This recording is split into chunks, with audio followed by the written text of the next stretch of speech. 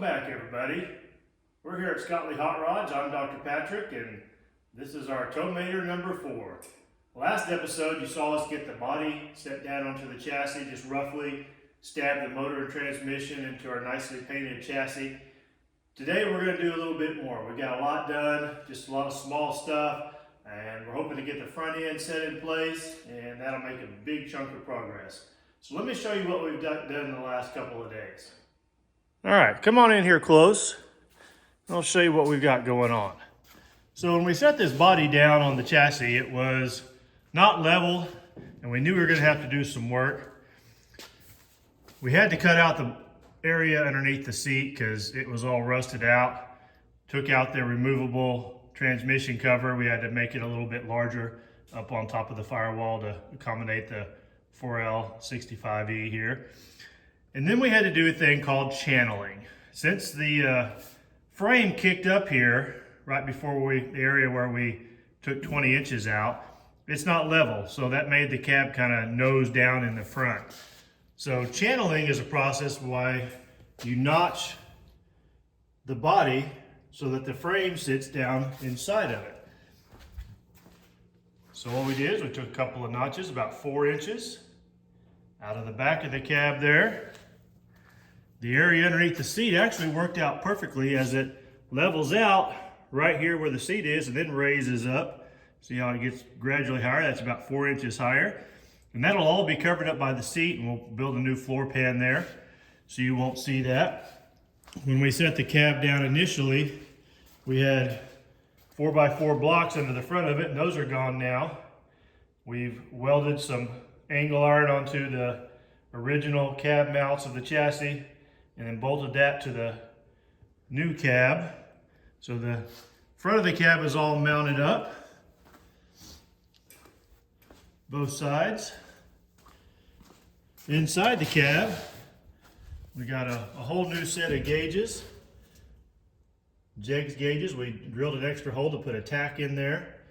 And believe it or not, we just took a green scouring pad to that dash panel and it cleaned right up. So I'm hoping the rest of the dash will do the same thing. You didn't even have to paint that.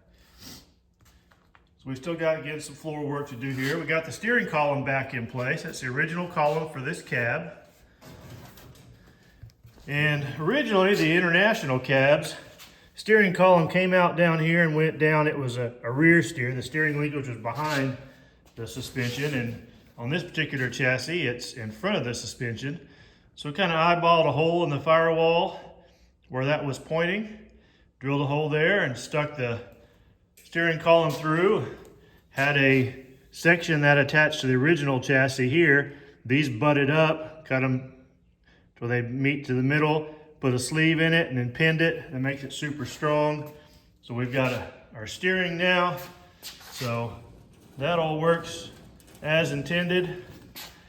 We dropped the brake booster down, got rid of the old single pot brake booster, put a more modern dual booster, drop it down a little bit lower. Got our brake lines plumbed, got our power steering all plumbed in.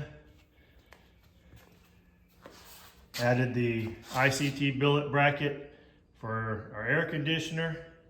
Just got to get a belt on the front of this and that'll be all ready. So we got a lot done in the last couple days, and we're about ready to mount the front end, which we've got all set up already. We built a kind of a special little jig here. A buddy of ours put this together for us real quick.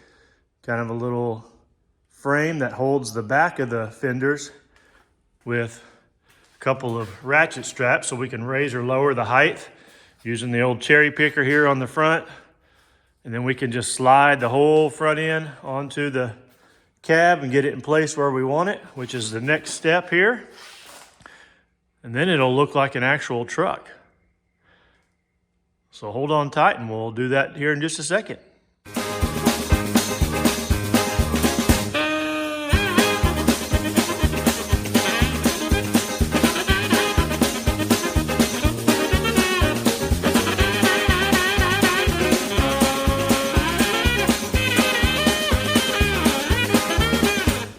Okay, got some good weight reduction there. Got notches for radiator hoses and radiator to fit in and it won't poke out no more. Took about 8 inches off there, probably about 20 pounds. So now we're going to fit the front end up and see how it all fits.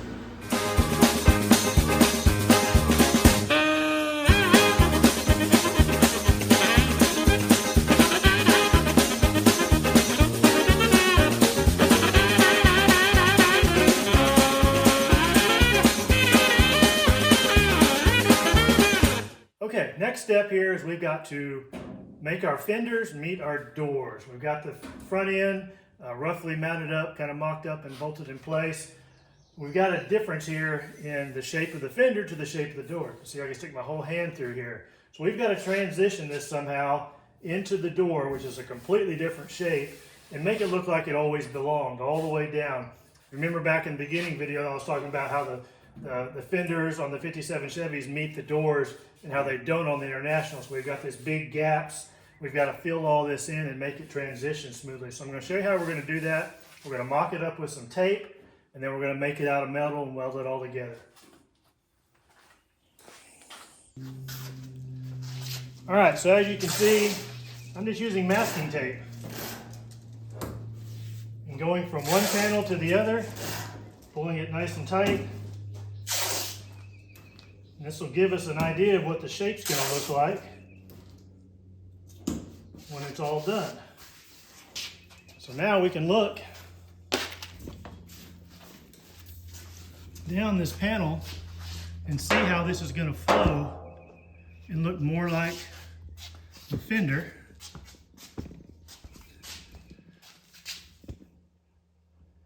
Kind of see how that transition is going to work, which will kind of give it a better flow.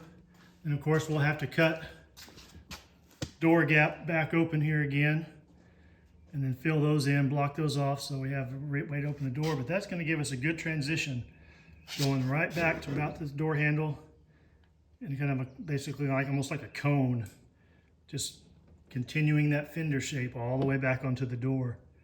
So I'm going to make that out of metal now, and then we'll see what it looks like. Okay, so here we go. We've built a panel. Basically got the same curvature as the fender. Tapers right back to kind of a flat spot, matching the curvature of the door here. Completely eliminates the indentation of the door that was there and brings it out the other way. So now we're matching this fender. I'll bring you in close here. You can see, if you look down the fender, you're looking at the light. That's kind of how the guide we used to see if we got a nice line going, how that flows right into the door. Give you a shot from the other direction so you can see. So what we'll do now is we'll go in and fill in this bottom area, make a plate to cover that. Then we've got to cut an opening for the door so we can open the door again. Right now, if we welded it up, we'd be climbing in and out of the windows like the Dukes of Hazzard or something.